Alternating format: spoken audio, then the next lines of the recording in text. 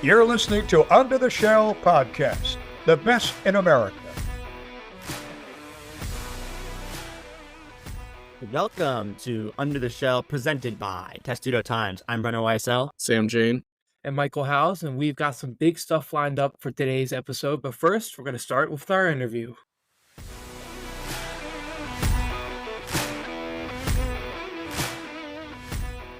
Our next guest is the starting safety for the Maryland Terrapins in his senior year, and he was a member of the Terps lacrosse team not too long ago. We are happy to have on Dante Trader Jr. this week. Dante, welcome to Under the Shell.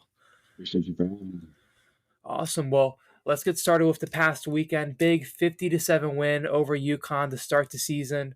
Your Terps D forced 2 interceptions, held UConn scoreless until the end of the third quarter. Just kind of how are you feeling about that first game? Obviously, looking at the first game, you get a little more critical and analytical. Obviously, the score, you would think that everybody would be so hyped, but that's just not us. We want to pick the film apart. That's what all of us did. The young guys, old guys, all of us sending clips back and forth. But it was really cool to see a lot of young guys get in on defense and offensive special teams. Like you got Josiah. You got DeJuan, you got a lot of guys, 3 quarterbacks playing, a lot of young guys be able to get in the box and play to develop. So it's kind of cool to see them. And games like this where, you go up early and keep them under a certain amount of points, a lot of guys get to go in. But obviously looking towards, analytical side is just have to hone in on communication on both sides of the ball and just clean up some things going into Michigan State. Yeah, I wanted to ask for you, as a secondary player, Glendon started a little bit last year, but you're kind of one of the only returning starters. I mean, Perry and Jalen stepped in. How have you guys kind of, as a secondary, because it's been a unit over the past 2 years now that's really excelled for Maryland. How did you guys make sure the standard was held this year? Was it a lot of kind of you leading the way to try to uphold that standard? And especially with the transfer like Jalen coming in, how did you make sure that they understood what needed to be done to kind of keep the level that you guys have been playing at? Yeah, most definitely. I have to lead the way in those things, that, and it's kind of like a Q&A with these guys. It's like, how does this work and how does this, and then teach them how to watch film and teach them how to practice the right way and keeping the standard while all being, one of the boys and holding them up to help make sure the confidence is there and they're just on and off the field, just monitoring all that. I would say, but. It's just gaining that brotherhood over the summer and over the winter workouts, all the things like that before we even had ball. So it's just learning who Jalen Husky is, learning who Perry Fisher is, Lionel Whitaker, Kerm and B. Lee, all these young guys, just learning how to mesh with them because every DBU room is different. It's not the same as having Jacorian Bennett, Deontay Banks, Bo Braid, Tarheeb Still. Like all those guys, we're all different. Every year you have a different team and different units. So you got to learn what makes people click. And that was the biggest thing in making it figure out is, how do they click? So then how I'll be able to hold them to that standard we have set. When you say like figuring out how it made them click, like how did you do that? Was that like secondary dinners? Did you guys do anything fun? Like how are you guys kind of bonding? Because I'm sure as a non-football player, I would guess the secondary, it's a lot of communication, defense especially. So getting to know them personally is important. How did you do that this off season? You got to go the extra mile, like you said, go meet with them. Like I like to text all my guys after games, after stuff on weekends to see what they're up to. Just have conversations outside of, ball, outside of the weight room. So learning what they like, learning what they like to talk about, learning what makes them mad, learning what keeps them happy. Just learning how you can talk to people. That goes on off the field. And then I would say on the field, learning what makes them click is, okay, what motivates them? For me, I would say, I haven't, when I was raised with my father, like there wasn't many like good jobs, this and the third. It's more like that tough love, and that's how I respond. You get on me, I'll be able to respond. But some people you can't do that. You gotta go, show them some love and tell them they're good. You know what I'm saying, like that. So just figuring out who they are, what makes them click, or they got some like figuring out their why. You ask most people, they say they want to go to the NFL or their parents, their little brothers. Like okay, bro, like you said you want to go here. Every time you're not on that path of staring, I'm gonna tell you and call you out, stuff like that. So you have to do things like that, and it's just like, everybody knows for me is my parents and my little brother. So, when people need to call me and get me back aligned, they would say some things like that. It's like, look, bro, you you got to make it for your family. You got to make it for your little brother because he's watching you, things like that. You know, you mentioned how some players wise to go to the NFL. You also mentioned one of your close friends, Bo Braid. What's it been like, you know, having him down the road playing for the Ravens, kind of watching him get to the NFL? What's that been like from your perspective? I would say it's very motivating and it's very it shows you how close I am. Because playing with that guy, I learned a lot from him, and just seeing how close I am because I played with him and learned from him. I still call him, still text him about stuff. We check in here and there. Still the same dude, it's my boy. But it's very motivating. It was crazy to see because we went down to the Ravens, see him play, see him in that jersey. It was like bittersweet. It was like finally I could step back outside of like a in that warrior mindset we were always in Maryland. It's like, bro, I can go see my brother play and, relax a little bit and, just give him the flowers where it's due. What about Bo has allowed him to have the success that he has as an undrafted free agent to make the Ravens? Kind of what allowed him to kind of make that team? What about him, Put it in two words, one speed, man. Like everything that guy does is 100 miles per hour. If it's watching film, if it's trying to hit somebody, if it's running the ball, like he's embodied that mindset and mentality. Like I'm gonna give it my all and I'm gonna take people out, and that's basically what he did. Like what coaches love is the grit and tenacity. That is the byproduct of being more speed. You know what I'm saying? So when you go out there on special teams, defense, and show that every time somebody gets the ball, every time you're covering, you're there all the time. Like every time you roll the clip, he's in the frame. Like when you have a safety in the frame on every play, it's kind of like this guy doesn't go away. So when you become that type of a pest that allows, GMs and coaches like, yo, we gotta let this kid has a roster. So, I would say that's a testament of who he is and the mindset he embodies. I was just gonna say, nice plug there with the One Speed podcast. I like it. what's the status with the podcast now that Bo's in the league? Are you guys going to continue it this fall? Yeah, we're gonna try it here and there.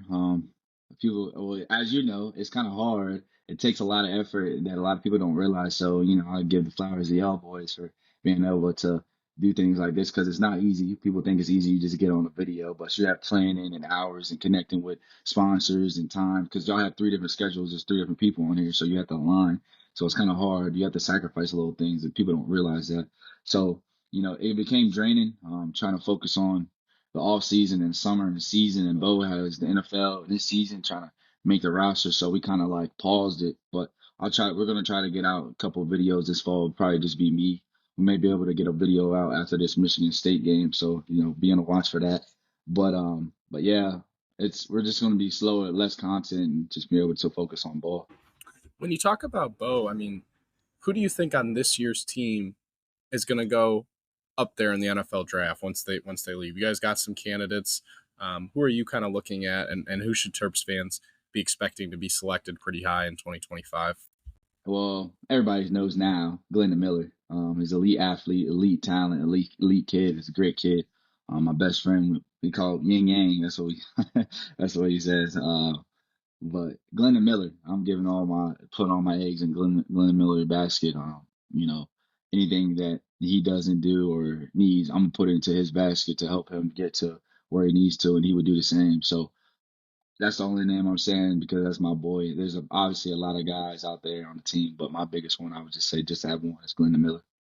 Yeah, Loxley and him both talked about how, like, I think Loxley said that he's like the kid that you're always having to watch out for, and you're like, ugh, why can't they get it? And then he finally got it. And Glendon said like he wished it had came earlier, like he never realized his potential. Why do you think that this was like the year, and even in a little bit into last year, that it finally like snapped for him? Do you remember like early Glendon or like, and then kind of the change into who he is now? Talk me through that maybe transformation from someone who, you guys are good friends, it seems like. I always say it's a product of your environment and who you surround yourself with and what you have went through. So me growing up, say it for me, I got to see a lot of people around me not make it because of certain things they did, or my parents or my siblings. I got to follow certain things they didn't like. They did, and I'm like, okay, what not to do that, to be able to do things. So I was like, when I came in, I was already on straight and trying to figure out who I'm going to hang around with, how I'm going to get on the field with film and X, Y, Z. Like I moved myself like I didn't have time. So we're going to Glenn, I would say a lot of people get trapped in having time. So when you get into that senior year and your last year, you see the end of the tunnel, you see the light, you're a little more mature. So I would say Glenn probably just went through some things that realized, okay, I got to lock in, and I'm this good, and this when it all clicks, Glenn DeMiller is the best player in the field. Let's just say that right there, and that's not even a stretch.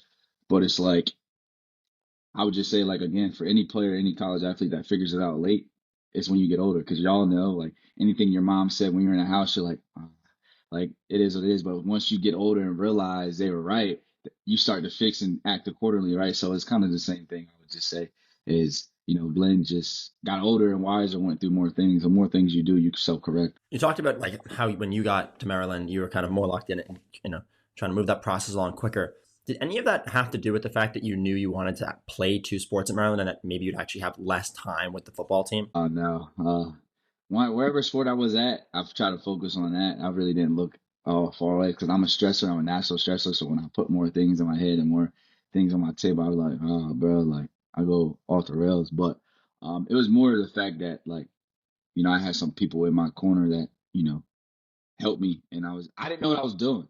Let's just cut it. Let's just be honest. Like, I was doing everything by fire and it worked. Like, trial by fire and it worked. I was like, all right, like, if I don't know the playbook, I'm gonna go watch a lot of film. If I'm not strong, which I wasn't, I was 175 pounds, I'm gonna lift. If I'm not this, I'm gonna do that. Like, there's no secret sauce. So it's just like I want to get on the field. How you gonna get on the field? Find your role, find your value, which mine was special teams and my instincts and stuff like that. So I had to play a part. So I was meeting with our GA Quincy, who I will credit to my career at the end of college. He gets the most credit because there's a lot of time spent with that guy. When I first came in, we kind of came together, but he helped me with the playbook and everything like that. Dante, take me through a day in the life in the summer. So you got kind of football. You guys are in both your off seasons, but we know, we've heard from college athletes, an off season isn't really an off season. Like, you got plenty of stuff to do. Take me through hour by hour. What are you doing in like an August or a July day when you have football and lacrosse kind of going on? So in summer is no really lacrosse. When I was like like I said, like whatever sport I was closest to, I really didn't cross because I just stayed focused on one. But I would say for the summer, day by day, let me think. There's a lot of early wake ups, probably like 6:30 wake up. I would read a book or pray, things like that. Go over to the facility by 7, probably had a workout, our lift schedules, get a little treatment in, rehab. That's probably like an hour, 2 hours. Then I'll get extra film for like an hour. Do extra, like some days I would get extra footwork, speed work, things like that. Then we have like a 3 p.m. Like player and practices that were an hour and a half. So we got those, and after that I was doing more more after, like, extra stuff. So like footwork and DB drills and catching.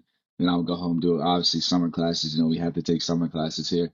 But the summer is just always going, and you only get the time on the back end. So the guys that come in early, you're able to have more freedom after your long days.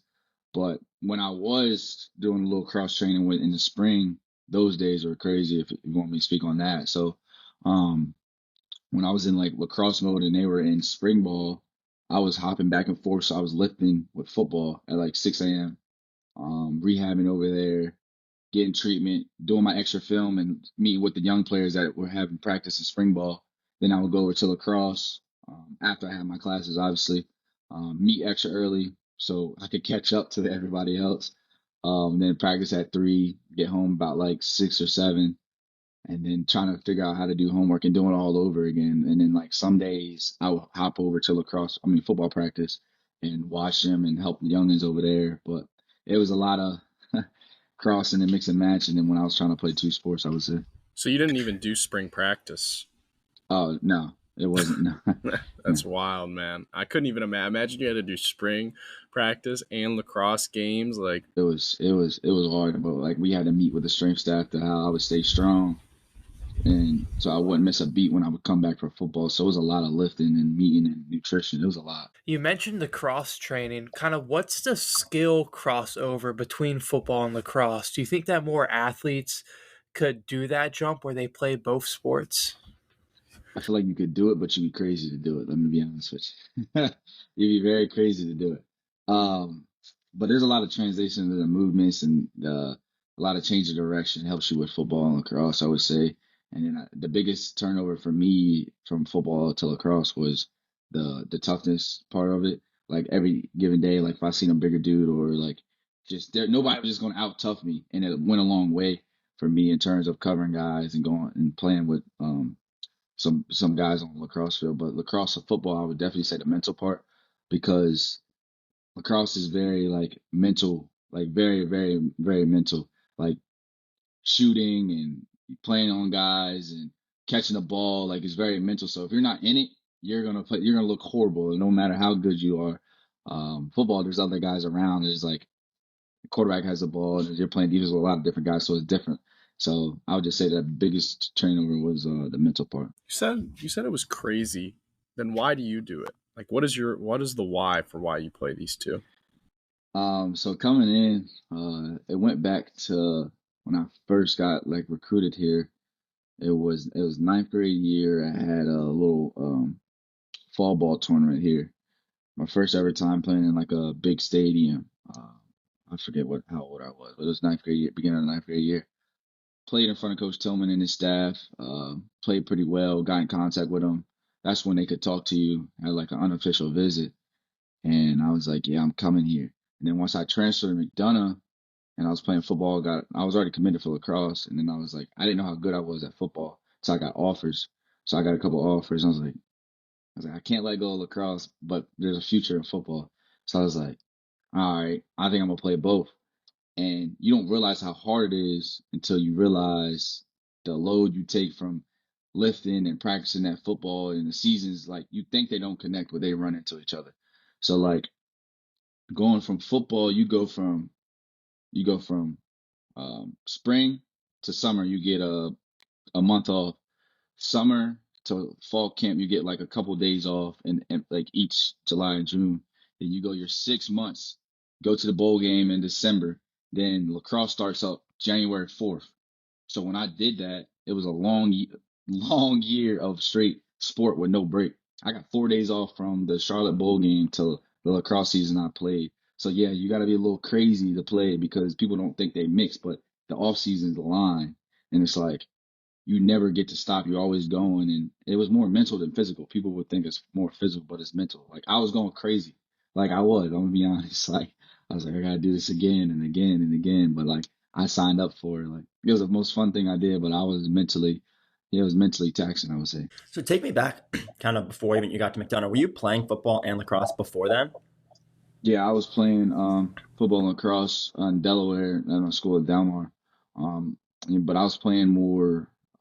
So all my summertime was dedicated towards lacrosse, like travel. You know how all that is. So I wasn't doing the football camps, the Nike openings, all that stuff, traveling, seeing schools. I wasn't doing that. I was all lacrosse tournaments and going to those showcases and things like that. But so it was more like a 60-40 split of the amount of effort because I didn't think I was going to play Division I football until I got to McDonough. So now, I guess over the past whatever 6 or 7 years, would you say that's flipped? Right, you're way more kind of locked in on football. Is that correct?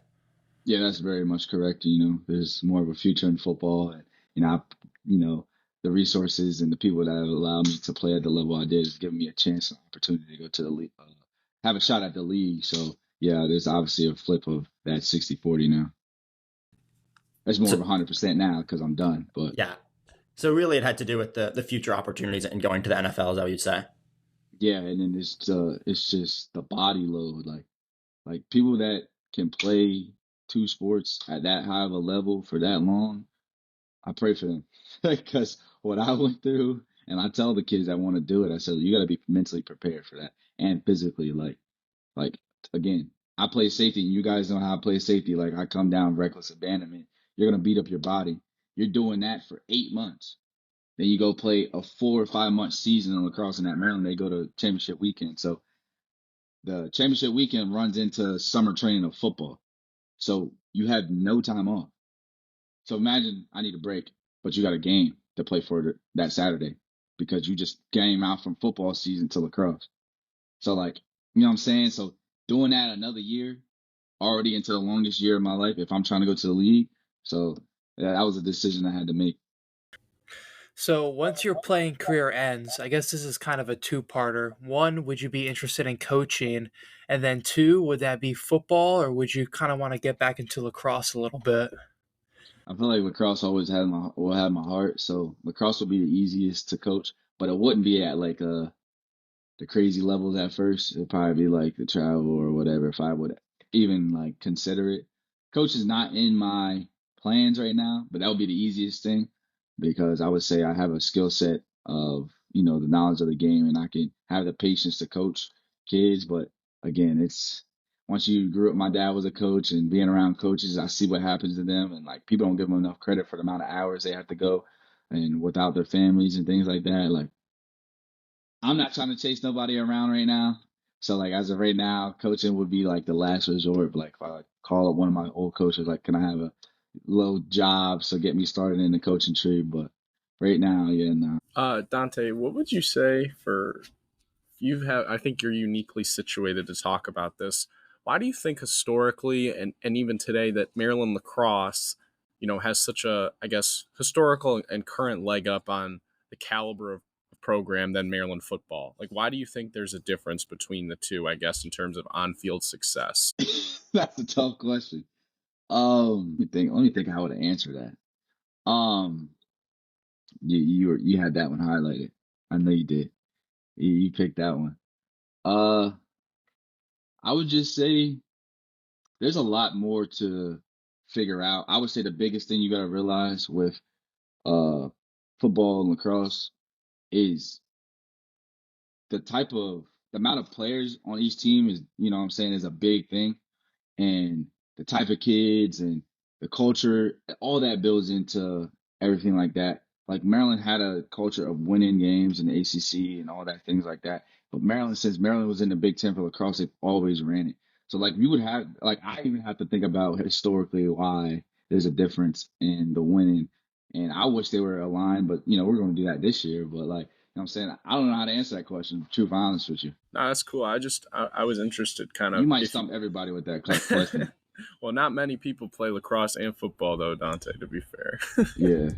But I think part of it I wonder is the historical success, but also just like the area too. I mean, I'm not from here. I never played lacrosse. So, but from what my understanding is the talent in Maryland for lacrosse is very high. Do you play with guys and do you kind of ever talk with guys who are like lifelong players of lacrosse, like yourself, and kind of just realize how much of a hotbed the DMV is for that sport? And, like, what is your kind of experience with the high school and recruiting scene in that area? Yeah, Maryland is definitely a hotbed. You got Maryland, New York, obviously, and Jersey. All those, that is the hotbed. The Eastern Shore has really been the hotbed of lacrosse. Obviously, I played in one of the best conferences in the country, the MIAA. When I was in Delaware, the competition wasn't that good of high schools and things like that. So you got to see with me being on my Mad Lax travel team, I would go up to play against kids that were at these type of schools like the McDonald's, the Boys Latin, the St. Paul's, the Gilmans, and then going against Chaminade and St. Anthony's, those New York schools over there, and even the Connecticut schools. You get to see like those kids go to these private schools just to play lacrosse. Like they pushing a lot of money over there. They got a lot of good resources and a lot of teams over there to help them play elite lacrosse. Like growing up, there wasn't many teams that would develop the kids. I would say like I seen over the bridge. When I went over that bridge, it was like the biggest. I was like, whoa! Like you got 5, 7, 8 year olds doing behind the backs and tricks and stuff like that. I couldn't even catch and throw when I was that type of age. You know what I'm saying? So like the resources and the knowing of the sport in those areas was what drives those areas. So Maryland had that leg up because Maryland is the Bama of lacrosse, you would say. Especially they've always had that title. So of course, getting those Maryland kids around this area and the Eastern Shore kids obviously has fueled that success you've seen historically. I think you might have just answered the last question a little bit there with that type of answer. I've got one more lacrosse related question though. What is I guess, can you compare Coach Loxley and Coach Tillman? Like, what are those two similar in regards as coaches? How are they different in regards as coaches? I would say similarly, they want to win. They do everything to win. those are winners, proven winners. Everything is calculated to win. You know what I'm saying? It like everything from what resources they bring around the program, the speakers, the people they have on staff, the kids they bring in, where they show face, the people they speak to, the leaders they have associated with them, the coaches they bring on staff. So it's like everything they have geared toward is trying to win, and they get personal relationship with their players to allow them to lead without having to be so honed in. Like if you could see, just seeing what my dad went through just to coach. Imagine that as a head coach. So Lord knows what Coach Tillman and Coach Locks go through to be able to. They had to do everything and coach everything and police everything.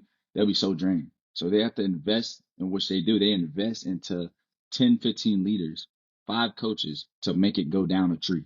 That hierarchy. You know what I'm saying? So they have their foot soldiers that do the work to allow the program to rise, and that's why you see the upcoming success of our football program and we're building, and then the established success that Coach Tillman will have.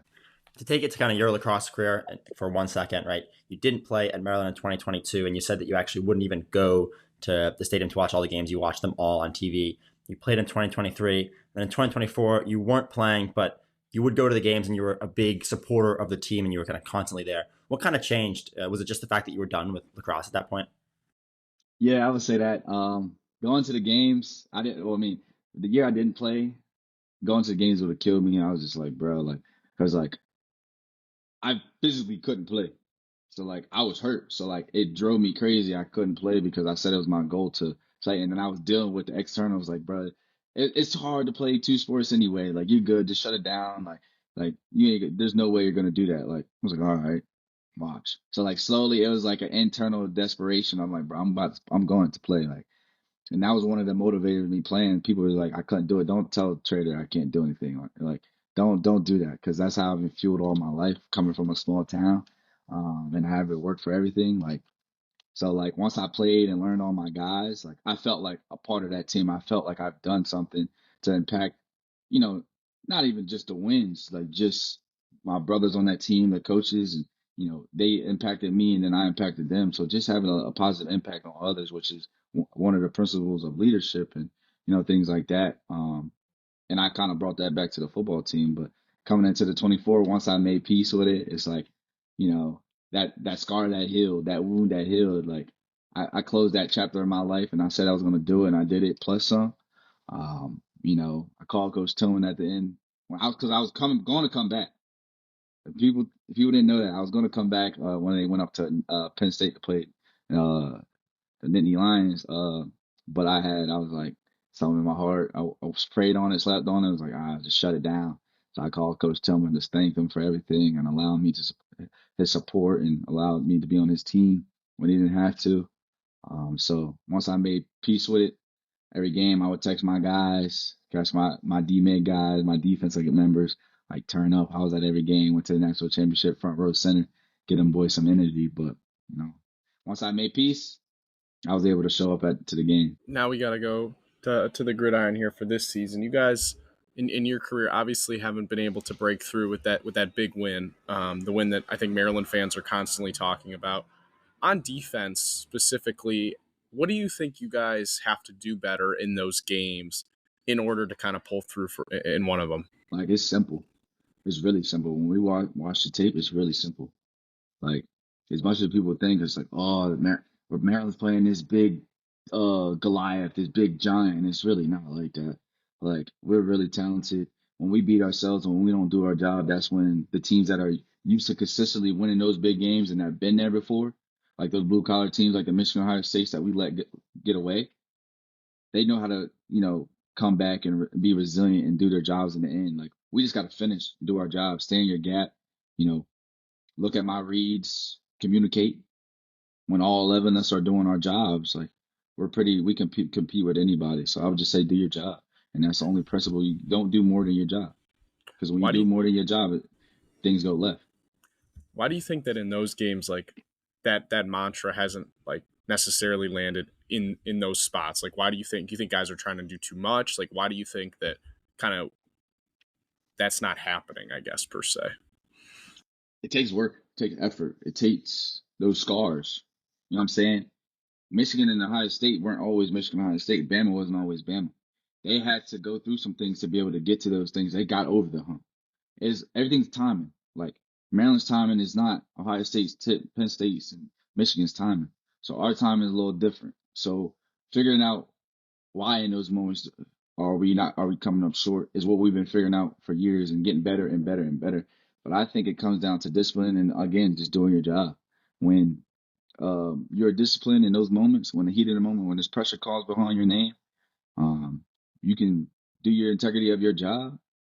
There should be a better results. But we're not going to stress about the past. Like every year we're going to keep continuing to look at those situations to keep getting better. We're moving the ball in terms of that, so we're just going to keep showing that we can keep winning those, be in those games, and try to win. Are there any games, any opponents you're looking forward to kind of have circled on your calendar for this season? The next game every week. That's really like the next game. Winning is hard. People don't like when people are like, "Oh, they should have blew this team out by more." Like you look on like certain fan bases, like certain teams. It's like when Oregon played Idaho or somebody played this team. It's like, oh, they should have beat them. Like you got to understand, winning is not easy. It doesn't matter if you have a history of winning. People get people's best. Those first 4 weeks when they're playing out of conference games or FCS teams, like those are great players too. So, I would just say that, like, but yeah, I don't want to go too much into that, but You guys have not one of those FCS opponents. I mean, next week Michigan State coming to town. So Dante, we're super excited to watch you the rest of the year. Can't wait to see how you and the defensive unit does. And we really appreciate you coming on, man. Thanks so much.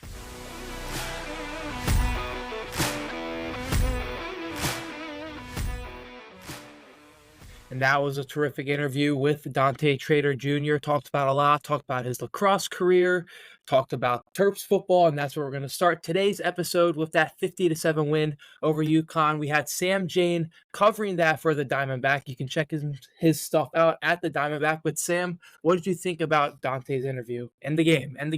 I think Dante's interview really kind of showed us what we all knew going into the year, that Maryland's secondary is a very strong unit. It's led by veterans. I mean, I thought Glendon Miller and Dante Trader were two of the best players on the field on Saturday, and Maryland's defense led the way. A phenomenal effort, only allowing one touchdown. And I think everyone expected Maryland's secondary to be good, but I think surprisingly, it was better than I even thought. Glendon Miller had a huge day. You heard Dante say that he's going to be the highest drafted Terp. He's the best player on the field when he's on the majority of football games in his career. And I think that was a really impressive outing. And the offense, guys, I mean, it looked pretty efficient. And now, granted, it's UConn, but I really liked how, Billy Edwards play. Mike, and Brendan, I want to hear from both of you kind of watching the game. What did you kind of see from Billy? What did you think of, by all odds and ends, a very good debut performance? Yeah, I thought Billy was terrific. There is zero question now who the starting quarterback should be for Maryland football. He really cemented himself in that role. On PFF, he was the 5th highest rated quarterback among all Power 5 QBs for the opening weekend. So I think there's no question who's QB1. Who QB2 is, I think Loxley's still trying to figure that out. MJ didn't look great in the snaps that he had. It looked like he would run whenever his first read wasn't there. He had 5 rushing attempts, just as much as Billy Edwards. But then we got to see a little bit of Cam Edge once MJ went out with that targeting call, and Cam Edge threw a touchdown, looked pretty good. So I think that'll be an interesting storyline to continue to follow throughout this season. I mean, on all accounts, that's pretty much a perfect football game offensively. It's hard to really knock at anything when you put up 50 points. Yeah, who the second quarterback is, maybe that's a debate we can have, but who really cares, right? Billy Edwards is pretty clearly the starting quarterback, but in my opinion, like, you beat UConn by 43 points. If you don't beat UConn by a lot, then it's like, it's like Maryland basically has to win this game by a lot for anybody not to say anything. And they did that. So, yeah, it's a good win. But as we know, UConn really isn't that strong. Michigan State, the first Big Ten game of the year, and one of the, if not the earliest Big Ten game they've ever played, maybe regardless of the COVID season. So playing a Big Ten team in week 2 is going to be a tough test no matter who it is. Anything else that stood out to you guys from game 1 before we go into game 2? Yeah, I think really quickly, I thought the receivers, Ty Felton with an obviously huge game, and some of the younger players too. Nolan Ray had an incredible run. So I think that Maryland's offense this year is going to be predicated really on getting the ball into its playmakers' hands quickly. They don't want Billy Edwards to be playing that much out of structure. They want to keep it within the confines of the offense. And I think they did extremely well on that Saturday. Now, will that stay the same when it's a better opponent and the tackling is better and guys aren't breaking, 3 tackles like Felton did to score a 75-yard touchdown? We'll see. But I do think that this team is extremely poised to make plays with its playmakers because they have those. So, and that'll be really interesting to see how it holds up against Michigan State, who Brendan, interesting opening game, 16-10 win over Florida Atlantic. What do you think the Spartans with a new coach are kind of bringing into CQ? Yeah, Michigan State did not look good at all, really, in their first game. And I think everybody kind of knew that they weren't going to be great this year. The biggest thing that I was surprised about is looking at the line of the game. Maryland, I saw it anywhere between 8.5 to 9.5 point favorite. If I was making the odds, I would not put it right there. Maryland's obviously beat Michigan State the past 2 seasons, so they've had a leg up there. But I don't know. I mean, Big Ten game this early in the season, Maryland with a relatively unexperienced quarterback. You never really know. What do you guys think on the line and just the game in general? I actually think Maryland minus 8.5 is, I put it a little lower. I'd put it at 6.5, but I think that the Terps have shown these past couple of years that they can win these games. They beat Michigan State, 2 years prior in kind of a similar game. They beat Virginia. I think, it should be a tight game, and I'm really interested to see how the offense plays. But I do think Maryland should be favored to win this game for sure. Yeah, I agree with Sam. Like he said, Maryland usually wins these early games. Usually they're non-conference, so it's interesting to see them get a look at that conference play early on here. But this is a game we've seen Maryland win, and they're expected to. I want to throw one name out there you didn't mention, Sam, from game 1, or possibly could have an impact game 2. Nolan Ray, running back, had that one very big run early in the game. Looked really good. Sam was smiling, but what did you see there? I thought that was, Brandon Schwartzberg always had a pretty good prediction there that he was going to pop off. But Yeah. no, I mean, having depth in the running back room, obviously we talked to Roman Hemby last week, and he's going to talk about he's overseeing that, being a bit of a leader in the running back room. But, having someone else that like that is huge. Yeah, and I think that Nolan Ray is potentially one of the most explosive players on this offense. Now, how well versed is he and how many touches will he take from Hemby? Probably not many, but to have 3 guys you feel good about in McDonald, Ray, and Hemby, I think is a huge advantage for this ground game. And I think it's going to be really interesting to see against a Michigan State front that played well against Florida Atlantic last week. It was mainly the offense that struggled. So that'll be a really interesting game, obviously, between the Spartans and the Terps. We'll move on to another Michigan versus Maryland matchup. The men's soccer team played Detroit. Obviously a big win. What did you see in that midfield, I guess I should say, still on football, midfield goal from beyond? I mean, an incredible shot, B, and a good game if you're a Maryland fan. Kind of starts to feel a little bit more like the offense is finding some rhythm on the pitch.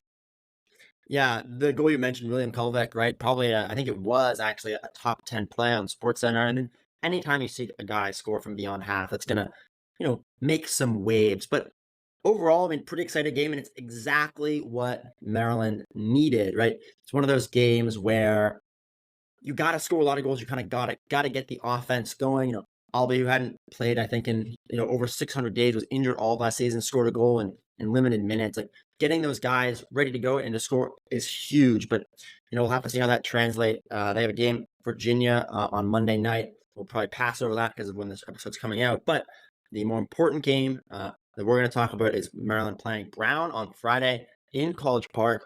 The interesting thing to note there is Maryland's transfer goalie, grad student Hudson Blades. He played at Brown last year, and actually he had one of the best seasons in Brown history. He didn't concede a goal, not a single goal in Ivy League conference play last year. I'm assuming he knows the guys.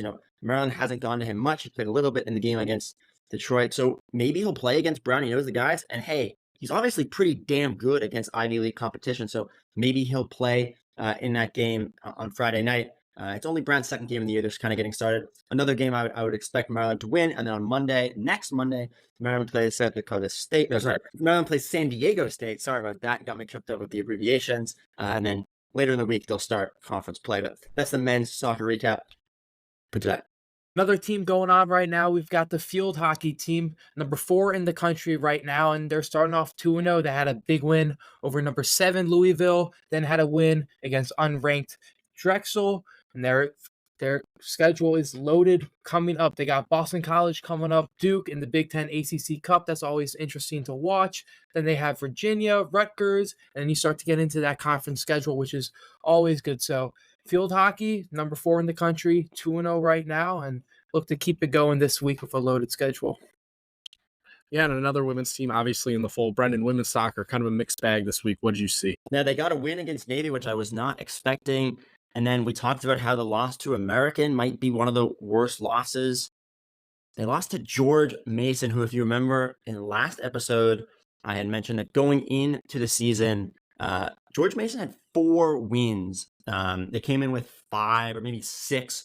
They came in with 5 wins in the past 2.5 seasons, and they got one against Maryland, a 3-2 win.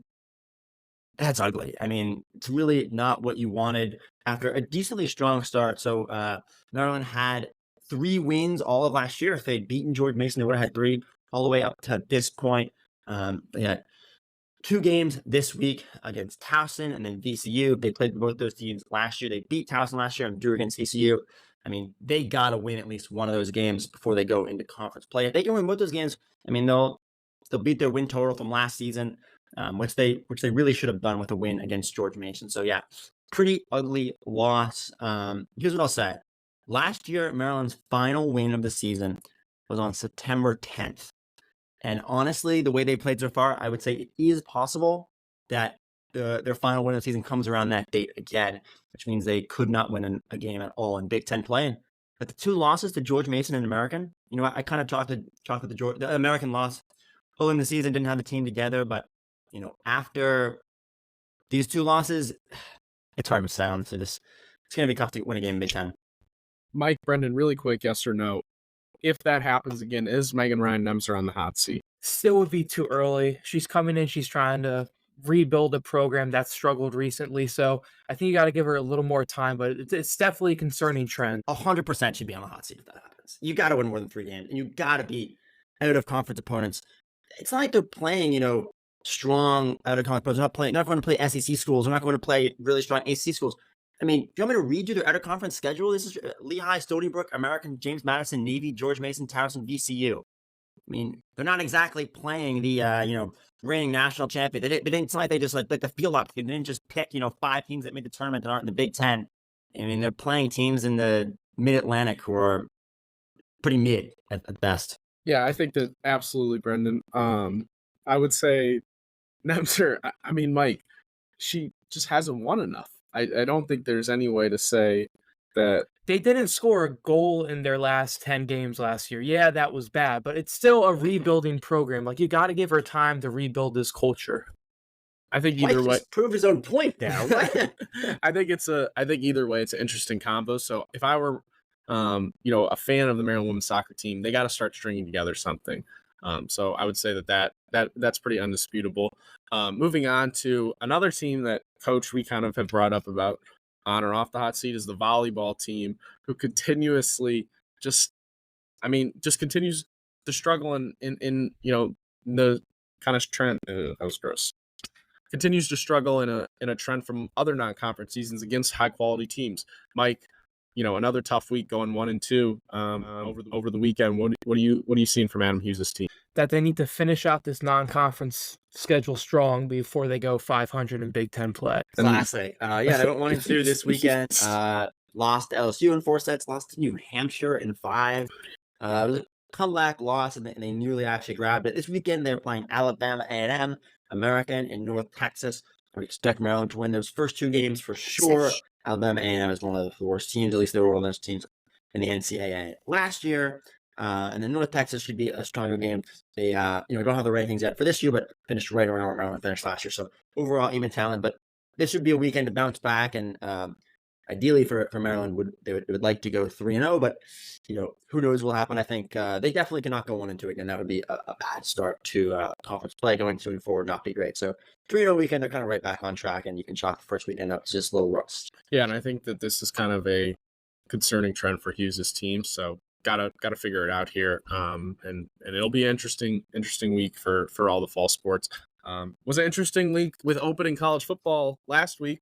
Brendan, you obviously started your day off hot with a winner in the Northwestern and Rutgers bet, and then you lost the UMass pick. So 1-2 for Brendan, 2-1 for Michael.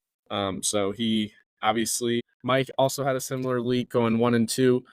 Colorado did not come through on Thursday night, but my Thursday night pick lost as well, Minnesota, but I won the other two. So 2-1, I'm at the top of the leaderboard this week. I'll get us started. Starting off, I'm going to go Oklahoma minus 28.5 versus Houston. Follow that up with South Carolina plus 9.5, and then Florida State minus 17 against Boston College. So those are my 3 picks. Is that a legal pick? You're picking a game that's happening on Monday night? Picking it that's happening tonight? Yeah, it's still a week 2 game because remember, Florida State played. I want to give something to look for in the Monday night game, Brendan. I'll allow it. Okay, I'll pick it up right there, hoping to go at least 2-1 again. I don't like any pick this week, honestly. I was looking through the games. I don't feel great. But Alabama minus 31 against Florida. They had a close game last year. Alabama doesn't care for them at all. Texas minus 6.5 against Michigan. That's the game of the week for sure. Michigan looked bad in their first game. I don't think Iowa State plus 3 against Iowa. Who knows if there'll even be 3 points in that game at all. So I'll head to my bet there and hope that the game is 2-0. All right, and to finish us off, I got Colorado plus 7.5 at Nebraska. Colorado won this game last year. Maryland, Michigan State over 44.5. I feel like Maryland games are pretty high scoring. And then Oregon minus 18.5 versus Boise State. Week 1s can be weird. I think Oregon's going to bounce back this week against Boise. And Dante Trader mentioned them, so Mike, good way to round it out on the episode, except for one final segment, our favorite, Terrific Terp. B, take it away. Let's do it. Today we had an NFL draft hopeful, so I decided to highlight one of the more successful Maryland football players on the defensive side of the ball in the pro league. Today's Terrific Terp is DeQuell Jackson. Jackson grew up in Florida, where in high school he played many different positions on the football field, including punter, quarterback, fullback, and linebacker, which he played at Maryland and then professionally. Despite his diverse talent, he was only a 3-star recruit out of high school, but now Maryland head coach Mike Locksley recruited him and saw his talent. Jackson arrived at Maryland in 2002 and played all 14 games his freshman season, earning him second team All-ACC selection. Every other season, he was on the All-ACC team, which was in 2004. In 2005, he was also named an All-American. He ranks 4th all-time in Maryland history with 447 career tackles and is the only player in Maryland history to lead the team in tackles 3 straight seasons. Heading into the NFL draft, he was a top-ranked linebacker but had a slow 40 time, which led him to fall to the Browns early in the second round. Jackson spent 9 seasons with the Browns before spending 3 with the Colts. Now, if you've made it this far into the Terrific Terp and you think you recognize DeQuell Jackson and recognize his name, probably because of Deflategate. Jackson was not on the Patriots in 2014. However, he caught the interception by Tom Brady, where he noted that the balls felt deflated, which then went on to spark a whole different controversy. However, Jackson was not immune to controversy himself. In 2015, he was arrested for assault of a pizza delivery driver over a parking space dispute, and in 2016, he was suspended 4 games for banned substances. After the 2016 season, Jackson was released by the Colts and retired, and as of this summer, Jackson now serves as a pro scout for the Cleveland Browns. That is something that I would never have expected to hear that you'd be arrested for, but that's only Brendan that can find those type of stories, and that's only the type of content that you can find it Under the Shell. Obviously, we release every week. Continue to have big time interviews next week.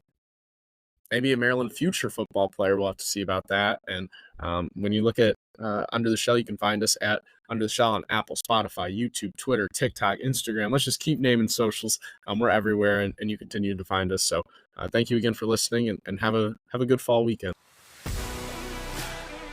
Guess what? You've got Under the Shell podcast.